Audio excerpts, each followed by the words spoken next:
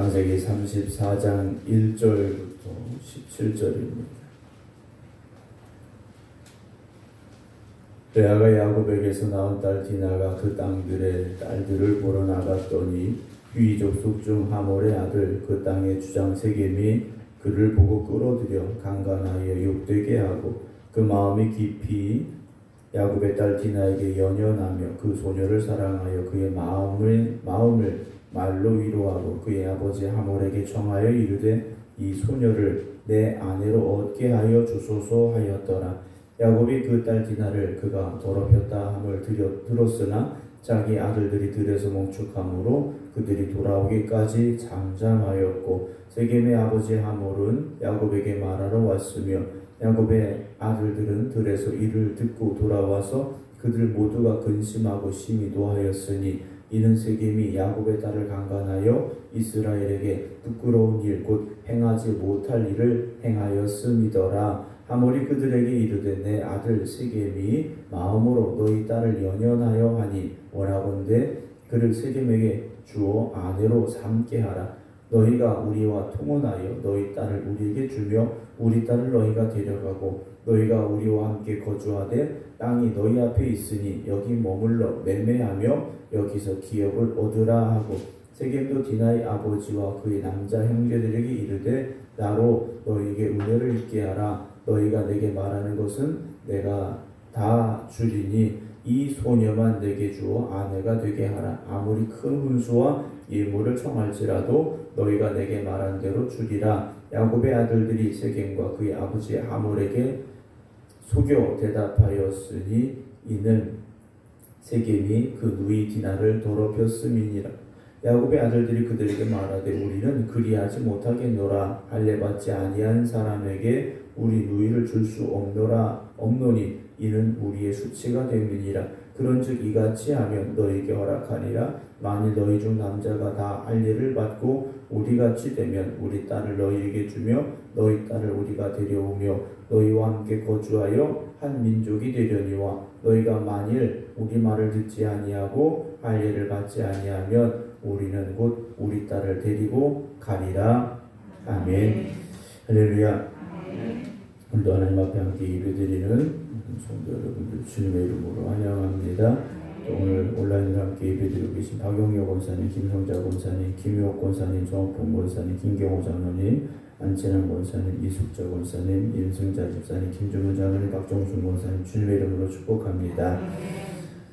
우리가 인생을 살아갈 때 어떻게 살아야 될까 하는 고민이 늘 있죠. 인생을 어떻게 살아야 될까. 그래서 이런 표현이죠. 인생길이라는 표현이 있습니다. 그 인생의 길을 우리가 바로 찾아야 되고 그리고 우리가 찾은 그 인생의 길을 따라서 잘 살아가야 되죠. 아무리 좋은 차가 있다 할지라도 길을 벗어나면 무용지물이 될 수도 있고 또 사고가 나서 손해를 입거나 다치게 될 수도 있습니다.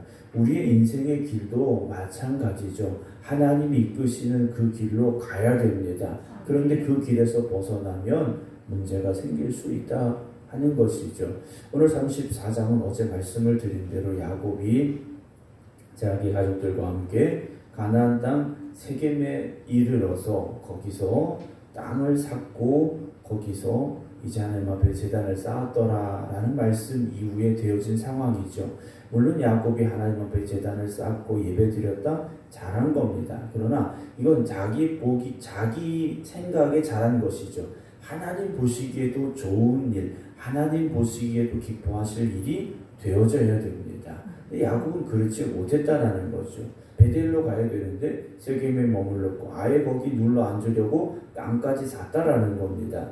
그런 상황에서 오늘 34장의 비극이 일어나게 되는데 레아가 야곱에게 낳은 딸 디나가 야곱에게 딸이 한 명 있었죠. 딸이 뭐 여러 명 있었던 것도 아니고 이 디나라는 딸 하나가 있었는데 이 디나가 궁금했습니다. 그래서 이 동네 여자들은 어떻게 사는가 궁금했어요. 그래서 보러 나갔는데 그러던 중에 2절에 히 족속 중 하몰의 아들 그 땅의 추장 세겜이 그 지역을 다스리고 있던 세겜이 이 디나를 보고 끌어들여 강간하여 욕되게 했다라고 성경 기록을 합니다. 너 뭐 누가 더 큰 잘못이냐 따져보면 분명히 세겜이 잘못했죠. 세겜이 잘못한 게 맞습니다. 그런데 야곱 편에서 보면 그 땅에 머물렀던 야곱 자신이 먼저 하나님 앞에 잘못한 일이 있었더라는 거죠. 이 강간 사건을 누가 더 잘못했고 누가 더 원인 제공했느냐, 뭐 지금 그런 어떤 법적인 판단을 우리가 하자라는 건 아닙니다. 하나님 앞에서 지금 야곱이 어떠했는가를 우리가 그것을 생각해야 된다라는 거죠. 3절에 이 세겜이 강간한 뒤에 디나가 마음에 너무 들었던 겁니다. 그래서 그 마음이 깊이 야곱의 딸 디나에게 연연하며 그 소녀를 사랑하여 그의 마음을 말로 위로했다라고 되어 있어요. 그리고 이제는 내가 책임지겠다 하면서 아내로 내가 맞이하겠다. 자기 아버지 하몰에게 이렇게 이야기를 합니다. 그리고 이 소식이 야곱에게 들려지죠. 5절 야곱이 그 딸 디나를 그가 즉 세겜이 더럽혔다 함을 들었으나 야곱의 아들들이 들에서 목축함으로 그들이 돌아오기까지 야곱이 잠잠했다 그랬어요. 왜 야곱이 이 순간에 잠잠하고 있었을까? 우리는 참 이상합니다. 자기의 딸이 강간을 당한 이런 상황 속에서 아버지가 어떻게 잠잠할 수 있을까? 그런 생각을 하게 되는데요. 6절에 보면 세겜의 아버지 하몰은 야곱에게 말하러 왔고요. 그리고 7절 야곱의 아들들은 들에서 이 소식을 들었어요. 그러니까 자기의 자매가 이 형제 중에 하나인 디나가 이런 일을 당했다라는 소식을 듣고 이들이 근심하며 심히 노하였다라고 되어 있습니다. 아까 5절에서 야곱이 잠잠했다라는 말과 오늘 야곱의 아들들이 근심하고 심히 노하였다라는 말을 비교해 보면 야곱이 좀 이상하다라는 생각을 우리가 가질 수 있겠죠. 그러면서 야곱의 아들들이 이렇게 말합니다. 이는 세겜이 야곱의 딸을 강간하여 이스라엘에게 부끄러운 일, 곧 행하지 못한 일을 행하였습니다. 라는 이런 판단이 나오고 있죠. 즉 일어나서는 안 되는 일이 벌어진 겁니다. 8절에 하몰이 이들에게 말합니다. 내 아들 세겜이 마음으로 너희 딸을 연연하여 하니 원하건대 그를 세겜에게 주어 아내로 삼게 하라. 너희가 우리와 통혼하여 너희 딸을 우리에게 주며 우리 딸을 너희가 데려가고. 여기서 첫 번째 합의 조건이 나오죠. 결혼시키자라는 겁니다. 결혼시키자. 상황이 이렇게 됐으니까 결혼시키자. 두 번째, 이 결혼뿐만 아니라 앞으로 우리 서로 결혼시키면서 잘 살아보자 이겁니다. 우리 딸 너희가 너희 아들들이 데려가서 아내로 삼고 또 앞으로 태어날 너희의 딸들이 있으면 우리가 또 아내로 삼고 며느리로 삼고 뭐 이렇게 살자라는 거예요. 그런데 이 당시 결혼이라는 건 어떤 의미가 있느냐? 그냥 뭐 아들이 장가가고 딸이 시집가고 이런 의미가 아니라 그들의 종교까지도 서로 합쳐지게 될 상황이 됐다라는 거죠. 신앙의 근간이 흔들릴 수 있고 신앙의 순수함을 잃어버리고 뺏길 상황이 지금 벌어지고 있다는 겁니다. 단지 한 남자와 한 여자를 결혼하는 그런 문제가 아니라 하나님을 향한 그 신앙 자체가 송두리째 뒤흔들 수 있는 그런 시작이 지금 여기 보여지고 있다는 겁니다. 10절에 그것뿐만 아니죠. 너희가 우리와 함께 거주하되 우리하고 같이 살자 이거예요. 우리하고 같이 살자. 하나님은 야곱에게 이렇게 말씀하신 게 아닙니다. 그런데 세겜의 아버지 하몰이 이렇게 이야기를 하죠. 우리와 함께 거주하자. 땅이 너희 앞에 있으니 너희 땅 샀잖아. 여기 땅도 있고 같이 살고 우리 서로 사돈되고 그리고 여기 머물러 매매하며 장사도 하자 이겁니다. 야곱은 지금 양을 치는 사람이에요. 그런데 여기 머물러서 서로 장사도 하자라는 거죠. 그리고 여기서 기업을 얻어라 그래요. 네가 장사해서 돈 벌고 그렇게 먹고 살자라는 겁니다. 그러나 야곱은 장사해서 먹고 사는 사람이 아니죠. 단지 직업의 문제가 아니라 하나님이 이끄시는 길로 가서 하나님이 주는 축복을 받고 그 은혜 안에 거하고 하나님의 말씀대로 살아야 될 사람으로 택함 받은 사람이 야곱이라는 겁니다. 단지 여기서 땅도 사고 우리가 장사도 하고 무슨 기업도 차리고 회사도 차리고 돈도 벌고 뭐 다 좋지, 이렇게 살아서는 안 된다라는 겁니다. 세상의 눈으로 보아서 좋은 것이 좋은 것 아니라는 겁니다. 땅도 더 많이 사고 취업도 되고 장사도 잘 되고 돈도 벌고 지금 이 문제가 아니라는 거죠. 야곱이 가야 될 그 베델로 가야 된다라는 겁니다. 베델로 가야 된다라는 거죠. 그래서 먼저 드릴 말씀은 이 34장의 문제가 어쨌든 해결되고 35장 1절에 하나님께서 야곱에게 하신 말씀 뭡니까? 일어나 베델로 올라가라 그래요. 야곱아, 네가 여기서 이러고 있으면 안 되지. 너는 베델로 가야 될 사람이다. 35장의 말씀을 하나님께서 하신다라는 거죠. 오늘 34장으로 다시 와보면 11절 세겜도 디나의 아버지와 그의 남자 형제들에게 이르되 나로 너희에게 은혜를 있게 하라 그래. 나로 너희에게 은혜를 있게 하라. 내가 디나와 결혼하고 싶은데 그렇게 해달라는 거죠. 너희가 내게 말하는 것은 내가 다 주리니 이 소녀만 내게 주어 아내가 되게 하라. 아무리 큰 문수와 예물을 청할지라도 너희가 내게 말한 대로 줄게, 이러는 겁니다. 13절 야곱의 아들들이 세겜과 그의 아버지 하몰에게 속여 대답하였으니 이는 세겜이 그 누이 디나를 더럽혔음이라 그래. 야곱의 아들들이요 속이는 자가 됩니다. 자기 아버지 야곱이 속이는 자였듯이 야곱의 아들들도요 속이는 자가 돼요. 어떻게 속입니까? 당신들은 할례 받은 사람이 아니야. 할례 받지 않은 사람에게 어떻게 내 누이를 줄 수 있겠니? 너희가 다 할례 받아라. 그러면 16절 우리 딸을 너희에게 주며 너희 딸을 우리가 데려오며 너희와 함께 거주하여 한 민족이 되려니와 너희가 만일 우리 말을 듣지 아니하고 할례를 받지 아니하면 우리는 곧 우리 딸을 데리고 가리라. 니네 할례 받으면 네가 원하는 대로 다 해줄게. 그런데 할례 받지 않으면 그럴 수 없어 라고 조건을 내걸게 되죠. 그러면 어떻게 해야 되겠니? 어떤 일이 벌어지겠습니까? 18절 내일 드릴 말씀 보면 할례를 받기 시작합니다. 그런데 이 일이 어떻게 되느냐? 야곱의 아들들이 말한 대로 결혼의 조건으로 완성이 되어지느냐? 아니죠. 오히려 야곱의 아들들이 그들을 죽이게 되는 일이 벌어지게 됩니다.